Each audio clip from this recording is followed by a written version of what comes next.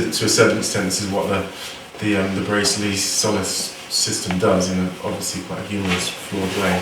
But it's attempting to create an objective language to highlight the fluency of our own languages. Do you think it's significant that all the maths, the multiplication and the addition is going on this side of the screen?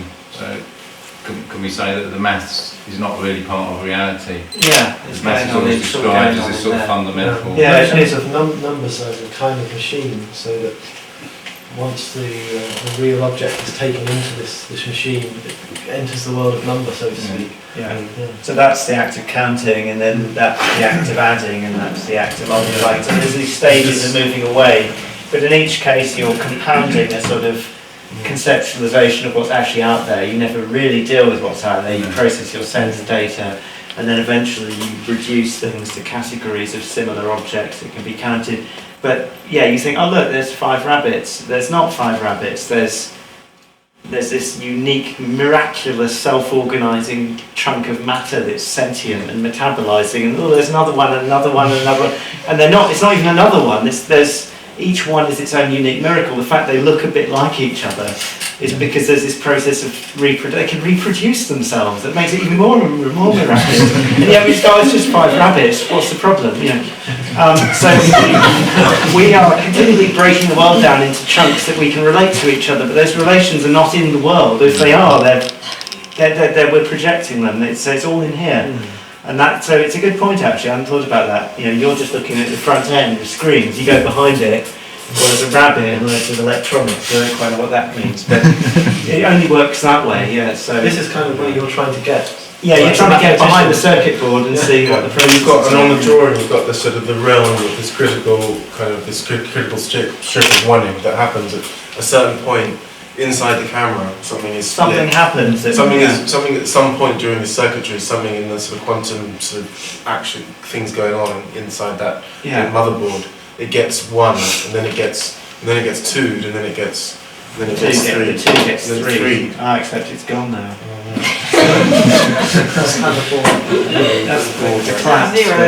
0. Yeah, but that's an interesting point. If there's nothing on the plinth, then there's 0 on the screen, and 0 plus anything is 0, and you multiply anything by 0, and it's still 0. So there are metaphors we didn't intend, basically. Any more questions? For Matthew, do you have any fear or phobia of any particular number, or do you know of any mathematician that would have, and is there a disorder? The first thing was about the superstitions, didn't we? Yeah. I don't really have, no. I had a thing about 23s for a while, but it's just a phase I think goes through. I like it. I haven't even been through that phase yet. I think it's a kind of early. You probably went through this when you were 2, right? And I haven't reached that stage yet. What about infinity? Infinity's not a number. Yeah, this is a mistake. It's been propagated for far too long. Children often ask their parents what's the biggest number, in the same way that they'll ask what's the biggest animal, what's the tallest mountain, and some parents will say there isn't one, which is the correct answer, and others will say, oh yeah, it's called infinity, and that has led to endless confusion. But that's no, I don't really have. I'm sure I do at some level have a subliminal set of feelings, relationships with each of the integers. I remember being a child and doing simple arithmetic and sitting next to my friend, working on our sums, and we'd actually be chatting about which numbers we liked and which ones we didn't, and why, and which. It was like we were talking about our friends, different personalities, and then it just gradually gets ironed out of you as you get older if you're going to be successful. You spoke about your feeling that perhaps the fact that autistic people have this kind of relationship to number, and particularly with prime numbers, might tell us something about. That's right. Or somehow be a piece of evidence. Yeah, that's so. To complete your question, I don't know any mathematicians that have they would admit to having strong feelings about any particular number. They might secretly, you know. But Robin just mentioned something that we were discussing on the first day. It's a lot of this stuff's covered in the first chapter of my book, where I just sort of discuss the general issue of how humans relate to numbers before I get into the more detailed matters.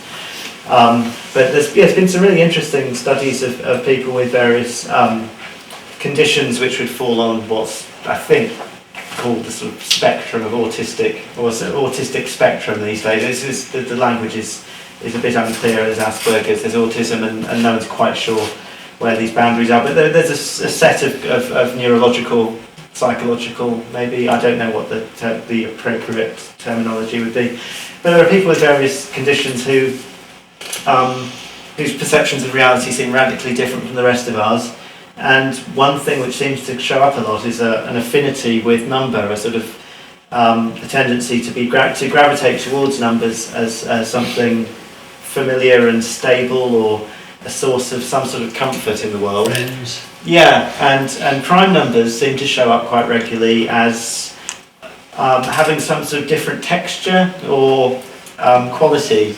I mean, it's very difficult to translate this into something we can talk about because we're not in this state. There's one very, very interesting writer called Daniel Tammet. You might have come across, some of you, a book called Born on a Blue Day.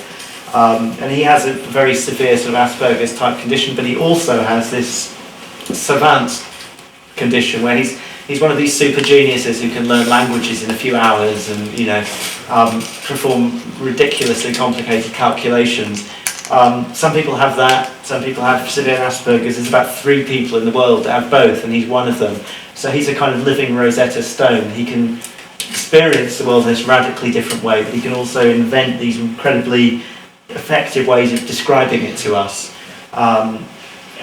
He's featured in the media a bit over the last few years, and he's written this book where he talks about his feelings towards numbers. He talks about prime numbers being these sort of signposts that when he's sort of drifting off to sleep, he's in this landscape of number, and if he feels a little bit lost or uncomfortable, he'll see a prime number and it will be a sort of pointer somewhere. He also says they're smooth like pebbles, and the other numbers have different textures. There's been various work by neuroscientists on children and people with various abnormal conditions, people who've had brain damage, people who've had severed lobes and things, and how they relate to number. And all of it seems to indicate to me, and this is a huge leap as a mathematician, that some of these people are actually experiencing something about the world, the realm of number, that the rest of us aren't. It's not just a disorder, it's not just a short-circuiting or something, you know, sort of synesthesia you could understand perhaps, you know, sort of smelling colours and tasting sounds and things, as just sort of crossed wires. But this seems to be something else. It's almost as if they're reaching into the true, whatever that would be, world of number, and the rest of us are just sort of looking at reflections of it, but they can't generally communicate much about it to us. So I think we just have to maintain a humility and accept we don't really know what we're dealing with, which is my stance towards the nervous system. You talked about the Rosetta Stone, and in a sense this facility to experience the abstract world of number in this way and express it is kind of like the ultimate prize in terms of this problem we've been discussing this week, is that, you know, if we could somehow develop some kind of apparatus or some kind of artwork, some kind of pedagogical process that would allow people to really inhabit this world, you know, what difference would that make to the way in which we understand number, and through that the way we understand the world? That's really the kind of speculative horizon of your work and of this question about dramatising abstract concepts. Yeah. Your dramatisation is somehow hauling these esoteric ideas back to something that we can get hold of. But a lot of the advances in science and physics is when you can release yourself from that process. You can get to ideas like quantum mechanics ideas, where you put something in a box and it also exists outside the box. You get ideas where 1 and 1 make 3 for us.